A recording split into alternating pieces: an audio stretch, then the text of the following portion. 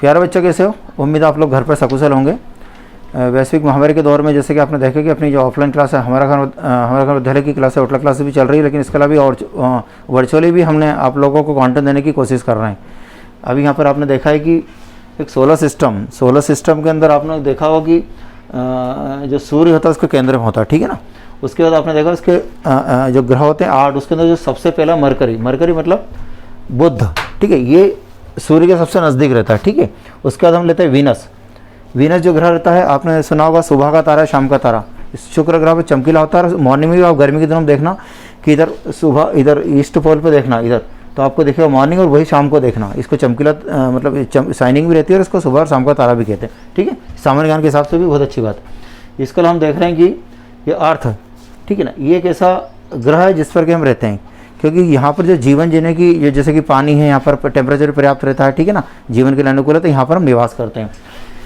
और अगला है मार्स एक मतलब रेड ग्रह है, ठीक है ना, लाल। और यहाँ पर एक क्वेश्चन ये आता है कि पृथ्वी किन 2 ग्रहों के बीच में स्थित है। का सामान्य प्रश्न बना सकते हैं कि वीनस और मार्स के बीच में, ठीक है, मतलब पृथ्वी, शुक्र और मंगल ग्रह के बीच में स्थित है, ये हमें पता होना चाहिए। अगला जो सबसे बड़ा ग्रह है जुपिटर, बृहस्पति, ठीक है ना। और उसके बाद सैटर्न, ये नीले रंग का होता है, उसके आसपास एक छल्ला होता है, ठीक है ना। और यूरेनस और नेपच्यून। अब इसके बाद एक और था जो आपने सुना होगा, प्लूटो। लेकिन जो नासा उसके अंदर क्या था कि जो ग्रह मतलब कि वो जो सूर्य के आसपास चक्कर लगाए, और उपग्रह मतलब वो जो ग्रह के आसपास चक्कर लगाए, ठीक है ना। जैसे पृथ्वी का उपग्रह है, कौन सा है? चंद्रमा, ठीक है ना, तो वो इसके चक्कर लगाता। तो ग्रह और उपग्रह में हमें अंतर पता होना चाहिए, ठीक है ना, कितने ग्रह कितने उपग्रह, सौरमंडल के उसमें कितने ग्रह उपग्रह होते हैं।